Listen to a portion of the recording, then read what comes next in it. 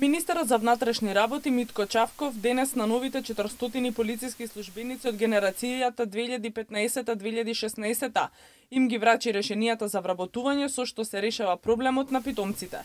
Чавков потенцираше дека очекува од нив да направат се за граѓаните да се чувствуваат безбедно и да бидат еднакви кон сите, почитувајќи ги законите. Само со стручно оспособени и едуцирани кадри, државата може да се справува со сите предизвици на безбедносен план. Перспективата и сигурната иднина на Република Македонија лежат во енергијата и знаењето на младите кои работат заедно и под будното око на поискусните колеги, а наша заедничка и најголема должност е да обезбедиме владењето на правото и безбедноста и сигурноста за животот и имотот на граѓаните. Убеден сум дека од денес и животот и имотот на граѓаните на нашата држава се уште побезбедни благодарение токму на квалитетот кој во службата од овој ден го носите вие. Министерот посочи дека унапредувањето на полициското работење е еден од врвните приоритети и истото како што рече ќе продолжи да биде во соработка со заедницата и воден од врвни стручњаци и оперативци.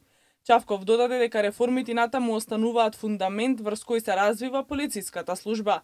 Со новата стратегија за развој на полицијата 2016-2020 година, посветено ќе работиме на натамошно обезбедување континуитет во спроведувањето на политиките и долгорочните стратешки приоритети и цели на владата во областа на внатрешните работи.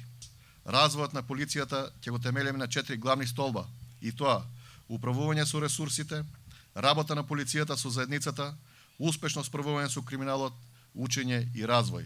Инаку досегашните реформи во МВР со кои се воведени голем број современи законски решенија, стандардни оперативни процедури, доведоа до намалување на тешките форми на насилен криминал и зголемување на ефикасноста во сузбивањето на организираниот криминал и тероризмот. Од 2007 до 2015 година сузбиени се 186 организирани криминални групи со вкупно 3027 физички и 102 правни лица. Ваквата работа на полицијата резултира со постојано зголемување на довербата кај граѓаните. Македонија од 105-то место во 2006 се најде на 64-то место во 2014 година во извештајот на Transparency International според индексот за корупција. Македонија воедно се наоѓа во групата Tier 1, држави кои целосно ги исполнуваат стандардите за борба против трговија со луѓе.